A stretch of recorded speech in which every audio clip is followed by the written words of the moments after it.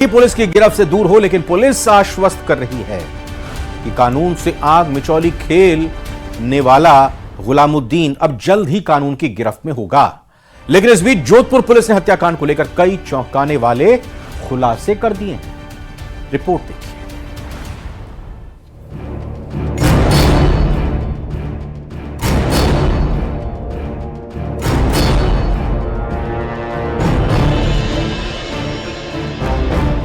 जोधपुर में ब्यूटिशियन अनीता चौधरी हत्याकांड का मुख्य आरोपी भले ही पुलिस की गिरफ्त से दूर है, लेकिन तफ्तीश में जुटी पुलिस ने कई चौंकाने वाले खुलासे किए हैं। पुलिस ने आरोपी की पत्नी आबिदा से पूछताछ की है। पुलिस के मुताबिक आबिदा को पूरी साजिश का पता था। पूछताछ में उसने बताया कि अनीता को शरबत में दवाई पिलाई थी। बेहोश होने के बाद मुंह बोले भाई ने बहन की हत्या कर दी। अनीता की बॉडी को चॉपर से काटा गया। शव के 6 टुकड़े कर बोरे में भरकर 10 फीट नीचे दफना दिया। 28 अक्टूबर को आबिदा लौटी तो पति गुलामुद्दीन शव पर मिट्टी डालते नजर आया था। पत्नी के पूछने पर गुलामुद्दीन ने अनीता की हत्या की जानकारी दी थी। गुलामुद्दीन ने वारदात को अंजाम देने के पहले ही जेसीबी से गड्ढा करा लिया था। इस वक्त हम गंगाना के उस क्षेत्र में खड़े हैं जहां पर पूरी इस जघन्य अपराध को जो है अंजाम दिया गया था। मेरे ठीक बगल में आप देख सकते हैं गुलामुद्दीन का मकान है, जहां पर अनीता चौधरी खुद टैक्सी में बैठकर यहां पर पहुंची थी। अगर बात करें तो आप देख सकते हैं यहां पर जस्ट घर के आगे एक गड्ढा बनाया गया है। सूत्रों के हवाले मिली जानकारी के अनुसार 2 दिन पहले ही इस गड्ढे को खुदा दिया गया था और जब अनीता चौधरी यहां पहुंची तो घर के अंदर उसकी हत्या की गई। उसके शरीर के 6 टुकड़े किए गए। प्राप्त जानकारी के अनुसार गला अलग किया गया, दोनों हाथ अलग किए गए, दोनों पैर अलग किए गए।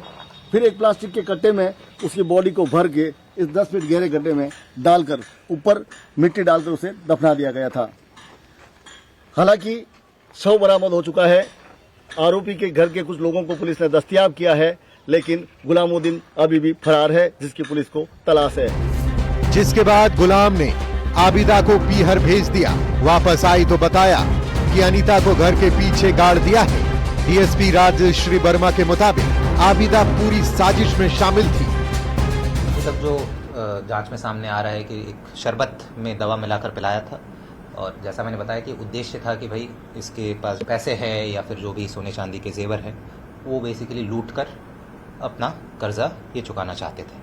बट उस पूरी प्रक्रिया में इस महिला की मौत हो जाती है और उसके बाद फिर ये जो आरोपी है वो इस तरीके का कार्य करता है। डीएसपी राजश्री वर्मा के मुताबिक पुलिस 1.5 दर्जन लोगों को डिटेन कर पूछताछ कर रही है। पुलिस का दावा है कि वो मुख्य आरोपी गुलामुद्दीन को जल्द ही पकड़ लेगी। गौरतलब है कि अनीता के परिजनों ने 27 अक्टूबर को उसकी गुमशुदगी की रिपोर्ट सरदारपुर थाने में दर्ज कराई थी, जिसे तलाश करते हुए पुलिस 29 अक्टूबर को गंगाना स्थित गुलामुद्दीन के घर पहुंची थी, जहां उसका शव टुकड़ों में बरामद हुआ था।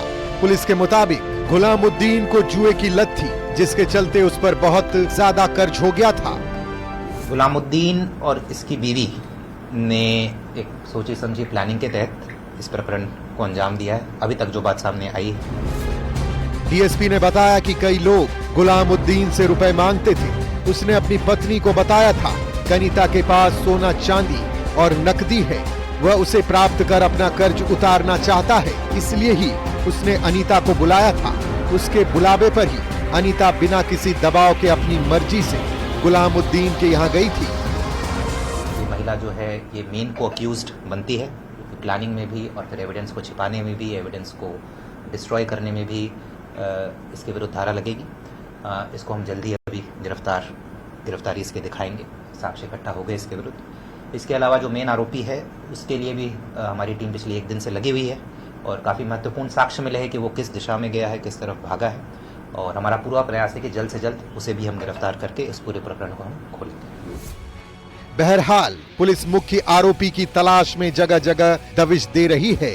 गुलामुद्दीन की गिरफ्तारी के बाद और भी खुलासे होने की उम्मीद है, लेकिन जब तक गुलामुद्दीन की गिरफ्तारी नहीं होती तब तक तमाम तरह के कयास लगाए जा रहे हैं। खबर तो ये भी आ रही है कि गुलामुद्दीन को पुलिस ने राउंड अप कर लिया है। हालांकि केस की जांच से जुड़े अधिकारियों ने सीधे तौर पर इससे इनकार किया है, लेकिन सूत्रों का कहना है कि पुलिस के हाथ उसकी गर्दन तक पहुंच गए हैं और उसे राउंड अप कर लिया गया है। जल्द ही उसकी गिरफ्तारी हो सकती है। फिलहाल हत्या की वजह पता नहीं चल पाई है। आशंका जताई जा रही है कि आरोपी ने अनीता से ब्याज पर रुपए उधार ले रखे थे, वह ब्याज चुका नहीं पा रहा था। महिला को रुपए देने के लिए आरोपी ने घर बुलाया था, फिर उसकी हत्या कर दी थी। आशंकाएं अपनी जगह, लेकिन सच यही है कि गुलामुद्दीन की गिरफ्तारी के बाद ही इस केस से जुड़े कई राज सामने आ पाएंगे। पुलिस लगातार इस मामले को सुलझाने का प्रयास कर रही है। वहीं परिजन जो है इस मामले में धरना देकर तेजा मंदिर में बैठे हैं। जो अनीता के पति है उसका ये कहना है कि अनीता की हत्या सिर्फ लूट के इरादे से नहीं हुई, बल्कि इसके पीछे कहानी कुछ और है। कहानी क्या है, ये पूरा राज जो है, पूरा मुख्य आरोपी जब गिरफ्तार हो जाएगा उसके बाद जो है पूरी कहानी सामने आएगी। सबसे बड़ी बात, जो अनीता चौधरी है और मुख्य आरोपी है, दोनों के मोबाइल जो है अभी तक जो पुलिस जब्त नहीं कर पाई है, क्योंकि मोबाइल के अंदर पूरी कहानी, कहीं ना कहीं मोबाइल के अंदर जब पूरी कहानी बाहर आएगी, जब मोबाइल दस्तयाब होगा तब पूरी कहानी बाहर आएगी। आखिर